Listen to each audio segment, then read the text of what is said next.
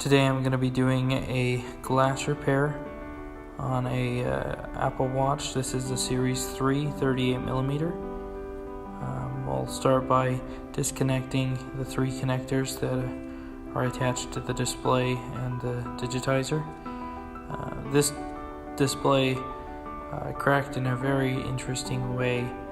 The glass separated from itself around the edge of the display, leaving a solid piece of glass on the frame, which is going to make my job a little easier because normally I have to work with a display that's embedded deeper in the glass like a bowl. I'll go ahead and disconnect the battery, which I could have done at the beginning, but I'm not too concerned about. Done this enough to not have to worry about it. And then carefully, if you're going to use tweezers or anything metal, know what you're doing before you attempt to do that.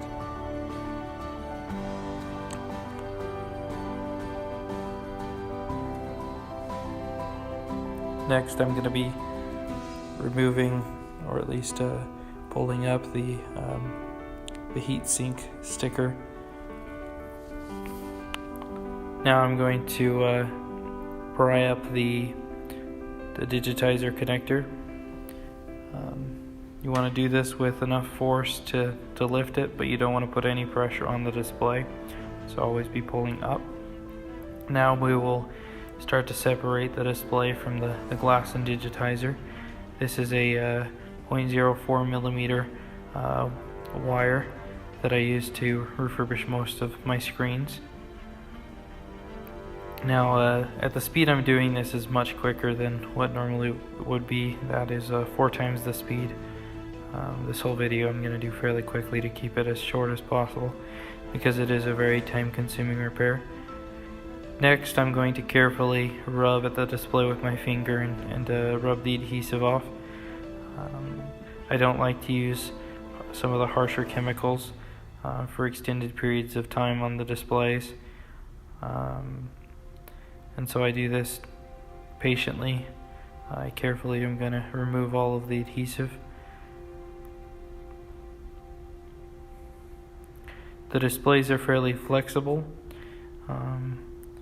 so it's okay if they flex a little here and there, but you don't want to put too much pressure on them. You could damage them that way. Now, one thing I forgot to mention at the beginning of this video is that the display did have some lines going down it on one side. However, the Series 3 displays are super expensive compared to replacing just the touchscreen, and the customer was okay with those lines that were there as long as the glass was fixed and the touch was there. So I said, let's go ahead and do it. Next, we'll go ahead and clean up the display, removing all the rest of the debris and the adhesive. I do this using either alcohol or acetone, ensuring not to have too much excess of either. Then we'll go ahead and connect the display just to make sure it's still functioning as good as it can.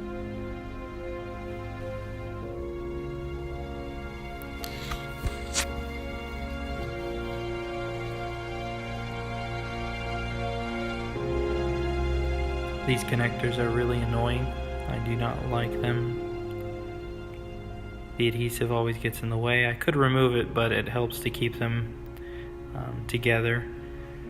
Compared to the Series 1 where the connectors simply pop away, these ones having the small connectors and the very, very tight fit, the flex cable barely fits inside the connector before you can connect it down. And so you have to kind of really work at it, wiggling it into place. Once that's connected, we'll go ahead and turn it on and make sure the display still looks good. I think we're almost there.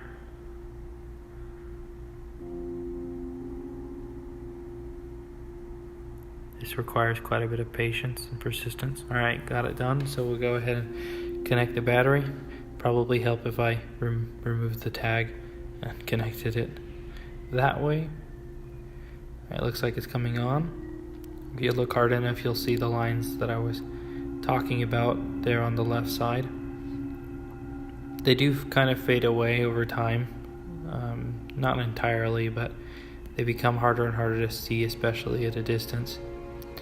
At the beginning, they're very apparent, but you'll see them kind of slowly dissipate. Which I hope that they go away. It'd be cool. I doubt it, but they'd be nice.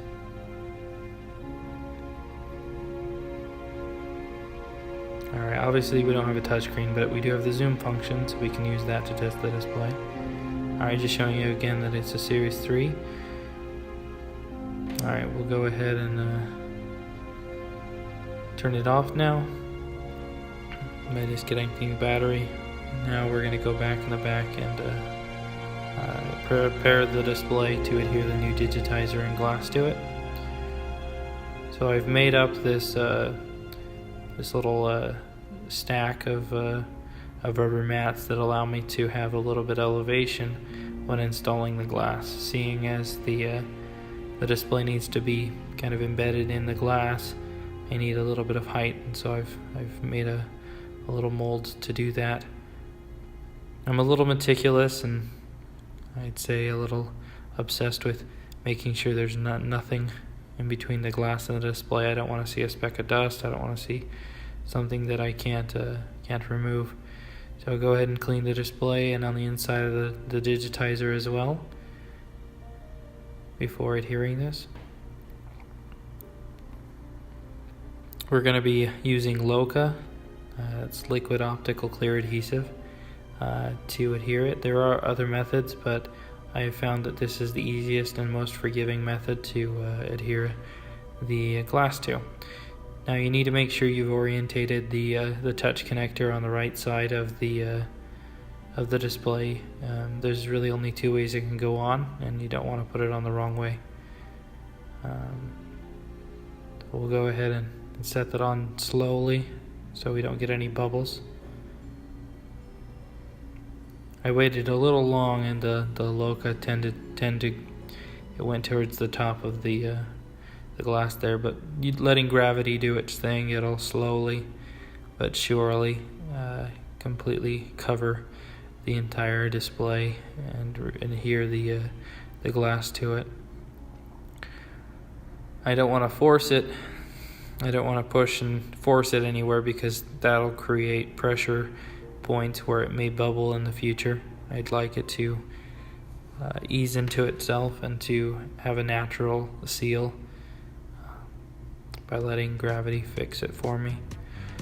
Alright, now what I'll do is I'll take it under my microscope so that I can view each corner. You can do this without a microscope. It's just so much easier when you can really see what you're doing. And you'll see quick flashes of purple and blue. That's my UV light. I flash the glass, as you may have seen in some of my other videos, to start to solidify the Loca so that it doesn't slide around as much. Now once I'm satisfied with the orientation of the display, I'll hit it harder with the UV light until it basically solidifies anything that the UV light has contact with. I did have a little bit of excess on the back, so we will clean that up. Normally I don't. It's because I waited a little longer and the adhesive didn't stay in the center. It had rolled up towards the top. There you can see at the bottom a little bit of excess, but I'm going to take some alcohol and a Q-tip, or multiple Q-tips, and carefully clean that up, and I like to push it around and form a good seal on the edge of the display.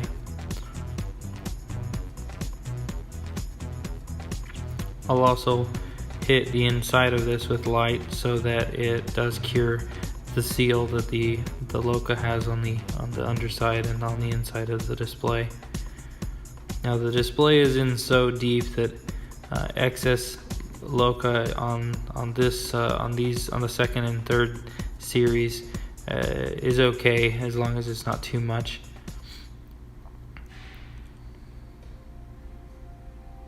And then I like to tap it just to see if it's been solidified or if it's still liquidous.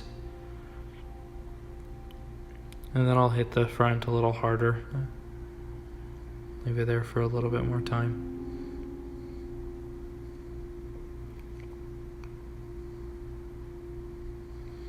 Now I'll get a piece of double-sided tape and lay it there where the connector goes, and I'll line up the connector with the others. And then I'll put the heat-seek sticker back on the plates as best I can to allow it to serve its purpose. I'll go ahead and rotate this slowly and hit each angle with light, making sure I get a good seal there with the adhesive. Alright, there's the Series 3.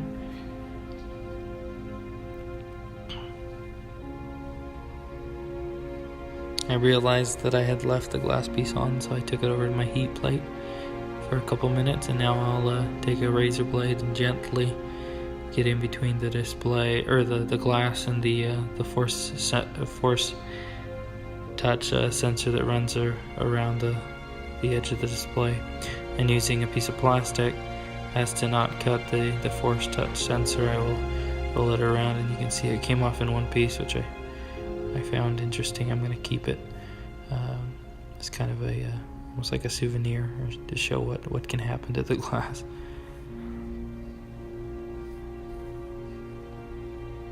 Now at this point, I should have, because I was coming up on finishing, I should have replaced the adhesive at this stage. That'll seal it. Once these are connected, I hate having to reconnect them, so you'll see that I kind of finagle the adhesive around the display to re-adhere it, but we'll go ahead and connect each of those connectors again. Turn it on, make sure it works, and we'll see if the touchscreen works. There we go. Sorry, that's really fast, but I'm trying to keep this video short. I'll go ahead and remove the old adhesive, seeing as it's not as sticky, and here's where I have to manipulate the new adhesive around the display, but I make it work. We'll go ahead and put the plate back in and screw down the plate for the battery connector. Remove the adhesive protection, and then go ahead and install the display and test it out. There you can see all the functions are working. I love the green light that it has. There we go. We'll turn it off. Last but not least, we'll go ahead and put the other part of the bracelet back on.